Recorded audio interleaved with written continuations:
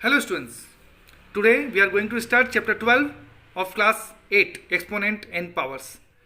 इसके इंट्रोडक्शन वाला पार्ट में हम क्लास 7 से रिलेटेड लॉस ऑफ एक्सपोनेंट्स पढ़ेंगे. देखते हैं कैसे. It is written 10 to the power 24. Here 10 is called the base and 24 is called exponent. Exponent भी बोलते हैं इसको पावर भी बोलते हैं और इसको इंडेक्स भी बोलते हैं. नाउ हम इसको कैसे पढ़ते हैं जरा देखिए. 10 raised to the power 24. 10 raised to the power 24. Power with negative exponents. अब यहां से हम इस पैटर्न को समझेंगे और यहां से दो लॉज अपन इससे डिराइव करेंगे. जरा देखें कैसे. Since 10 raise to the power 2, तो 10 को कितनी बार अपने को लिखना है? 2 टाइम्स. और 10 इंटू 10 होता है 100. अब मैंने 2 की बजाय यहां पे लिया 1. 10 एक ही बार लिया, 10 की पावर 1. तो 10 एक ही बार लेंगे तो ये आंसर आया 10. तो ये जो पुराना आंसर था 100, उसमें हमने 10 का डिवीजन किया, तब जाके हमें ये वाला पार्ट मिला 10. पहले 2 लिया था, फिर हमने एक डिक्रीज किया. अब 1 से एक और डिक्रीज करेंगे तो 10 की पावर 0 ले रहे हैं. 10 की पावर 0 लिया तो इस 10 को हमने किससे डिवाइड करना है? 10 से. तो जब 10 को 10 से डिवाइड करेंगे तो हमें आंसर क्या मिलेगा? 1. मतलब किसी भी डिजिट की पावर अगर 0 हो, ये तो हमने 10 एक एग्जांपल लिया.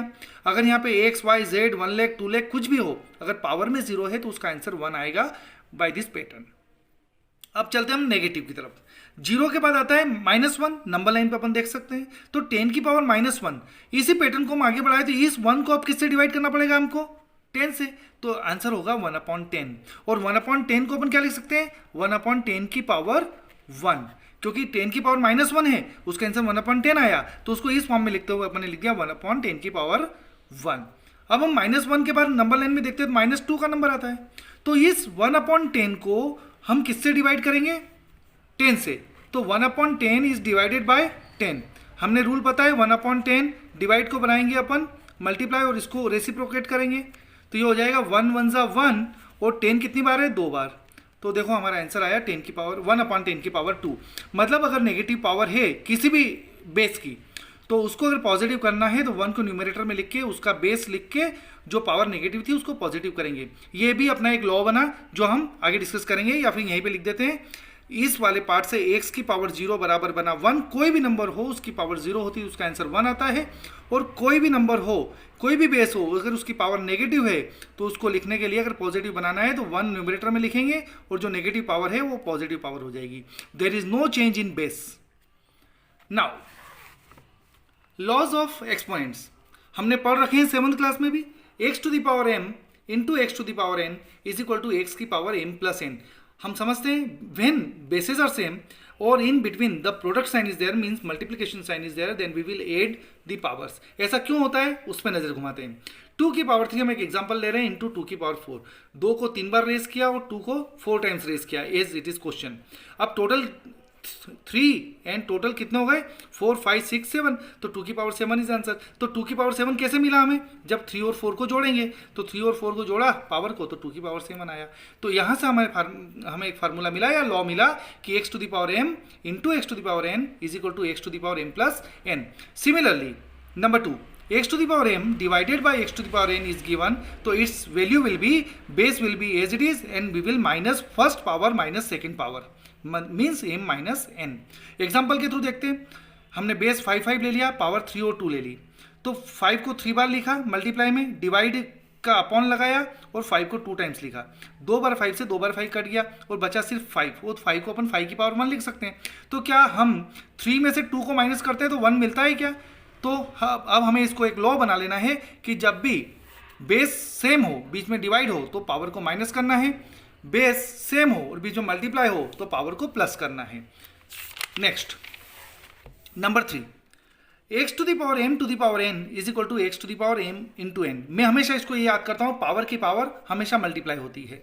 तो यहाँ पे देखो 2 की पावर 3 टू द पावर 4. तो 2 की पावर 3 को हम कितनी बार रेज करेंगे? 4 टाइम्स. 2 की पावर 3 इंटू 2 की पावर 3 इंटू 2 की पावर 3 इंटू 2 की पावर 3. अब ये वाला पहला वाला लो लग गया कि जब बेस सेम है तो पावर को जोड़ेंगे, तो 3 प्लस 3 प्लस 3 प्लस 3 कितना हो गया? 2 की पावर 12. 2 to the power 12. तो 2 की पावर 12 हमें ये 3 को 4 से मल्टीप्लाई करने पे मिल रहा है क्या? तो yes, 2 raise to the power, ये पावर से पावर का मल्टीप्लाई करेंगे, 3 into 4 that is 2 to the power 12 हमारा आंसर है, और ये हमारा एक तीसरा लॉ बन गया। Fourth, x to the power minus m is equal to 1 upon x to the power m, which we have discussed earlier. x to the power 0 is equal to 1 we have discussed in the pattern form. Now question law number 6, x to the power m into y to the power m. अब यहाँ पे क्या अंतर है पहले वाले law में और इसमें? वहाँ पे बेसेस सेम थे, यहाँ बेस अलग है लेकिन पावर सेम है। तो जब बेस अलग हो और पावर सेम हो तो हम क्या करेंगे, बेस का बेस में मल्टीप्लाई कर देंगे और पावर को एक बार लिख देंगे। 2 की पावर 3, एक एग्जांपल कैसे समझते हैं, और 3 की पावर 3, यहाँ पे बेसेस अलग है 2 और 3 और पावर 3 और 3 है।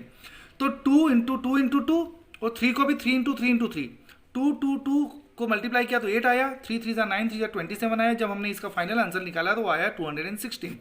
अब हम देखते हैं लॉ के हिसाब से कि x इंटू वाई मतलब 2 और 3 का मल्टीप्लाई करेंगे अंदर, तो दैट इज 6 और पावर 3।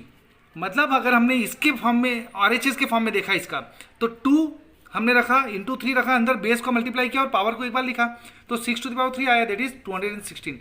मतलब उस केस में भी 216 आया, इस केस में भी 216 आया। मतलब ये अपना अनदर लॉ हो गया x to the power m into y to the power m। जब बेसिस अलग अलग हो और पावर सेम हो तो बेसिस का मल्टीप्लाई करेंगे अगर बीच में हो, और डिवाइड हो तो डिवाइड करेंगे, अभी नेक्स्ट में वो समझ रहे हैं, और पावर को एज इट इज लिखेंगे। Number 7, x to the power m divided by y to the power m is equal to, अब ये सेम टू सेम है तो x को y से डिवाइड कर देंगे, अलग अलग बेस है, और पावर को एक बार लिख देंगे। नाउ मल्टीप्लिकेटिव इनवर्स, जैसा हमने रेशनल नंबर में सीखा था multiplicative inverse same to same है, इसका एक और नाम है रेसिप्रोकल। अब देखिए multiplicative inverse of a to the power m, जब एक्सपोनेंट की बात करेंगे तो a की पावर m अगर पॉजिटिव है तो इसका रेसिप्रोकल बनेगा a to the power minus m, और अगर a to the power minus m negative दे रखा है तो इसका रेसिप्रोकल बनेगा और मल्टीप्लिकेटिव इनवर्स बनेगा a to the power m। Negative है तो पॉजिटिव और पॉजिटिव है तो नेगेटिव। अब इसको एक एग्जांपल के थ्रू समझते हैं कि ऐसा क्यों होता है। 10 टू द पावर -2 हमने एक नंबर लिया, तो 10 टू द पावर -2 को हम नॉर्मली अपन लॉस से क्या लिख सकते हैं, 1 अपॉन में 10 की पावर पॉजिटिव 2 कर सकते हैं। मतलब ये बन गया अपना 1/100, राइट। अब 1/100 को मैं किससे मल्टीप्लाई करूंगा कि मुझे आंसर 1 आए, क्योंकि मल्टीप्लिकेटिव इनवर्स होने की एक कंडीशन है कि ऐसा नंबर से मल्टीप्लाई करना है जिससे या 1/100 का रेसिप्रोकल होता है 100/1, ये भी समझते हैं, ताकि आंसर हमें क्या मिले 100 से 100 करके 1। तो यहाँ पे 100 means what, 100 means 10 to the power 2। तो 10 to the power -2 was given, तो इसका आंसर क्या आया 10 टू द पावर 2, जिसका इसमें मल्टीप्लाई करने पर हमें आंसर क्या मिलेगा 1। तो यहाँ पे हम लिख रहे हैं कि 10 की पावर -2 का मल्टीप्लिकेटिव इनवर्स क्या है 10 की पावर 2, क्योंकि जब इन दोनों का मल्टीप्लाई करते हैं तो हमें आंसर मिलता है 1। That's why 10 to the power -2 into 10 to the power 2 will be giving us 1. Hence हम फाइनल जनरलाइज फॉर्म में जाते हैं, 10 to the power -2 is multiplicative inverse of 10 to the power 2 and 10 to the power 2 is multiplicative inverse of 10 to the power -2. Thank you.